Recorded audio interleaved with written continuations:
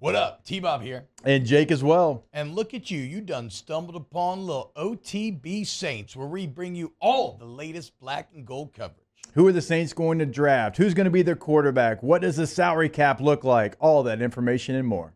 Hope you enjoy it. Like, subscribe. You have some Saints news, not the fullback news that I was telling you about during the break, although that is news. The Saints signed Xander Horvath, fullback, on March the 7th. Wow. He's a drafted fullback by the Chargers out of Purdue. He has running ability. He's got some athletic ability to him as well, not just your typical fullback. He can also tote that thing if he had to. So we missed that on March the 7th. But this Saint news is the Saints and Ryan Ramczyk agreed to a reworked contract that guarantees him $6.5 million in 2024. He previously had no remaining guarantees. Significant upside available on that contract as well. So Ramczyk's cap number was $27 million prior to this, but this deal will create cap savings for the New Orleans Saints. So, did they have to take some of that salary and convert it to a signing bonus that they then spread out over voidable years at the end?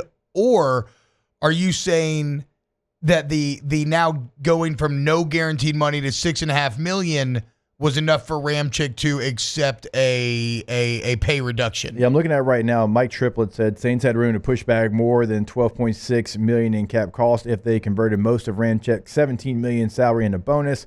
Checking to see if they reworked the deal in any other way. Okay. Ramczyk did have a $6.5 million injury guarantee that was set to become fully guaranteed on Friday. Okay, so they did what they always do. They take your salary, they convert it to a signing bonus, and they spread it out over voidable years at the end, which has led them over time to having an aging roster, but does allow you to operate in the short term.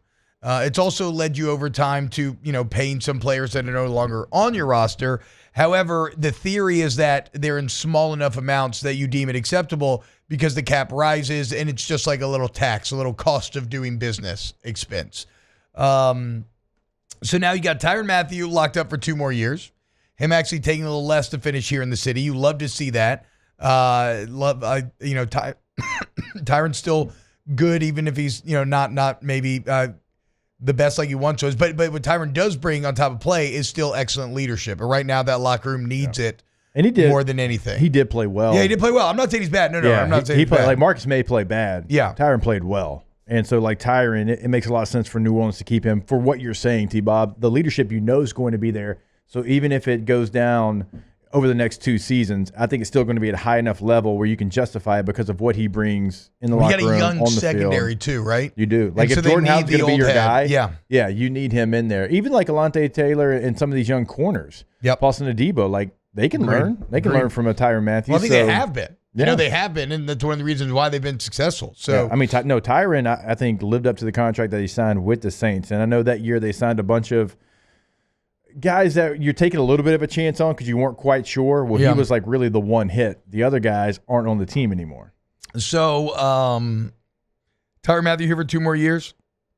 You have Demario Davis, who has been reworked as well. So he is now here.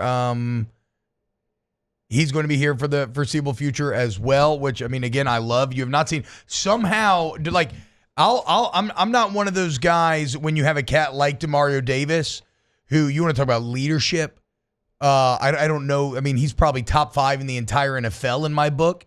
And then you look at play, and he's probably like a top 5 inside linebacker in the entire NFL still at this age. What I'm getting at is with a guy like that, I'm not going to play I'd rather get rid of him 1 year early than 1 year late game. Like, I will let that guy prove to me that he's lost it or that Father Time has finally got him before I'm going to move on because Demario Davis just continues to show up every single Sunday and give you everything that he can, even with, as we saw last year, even when he's sometimes going through such intense stuff off the field.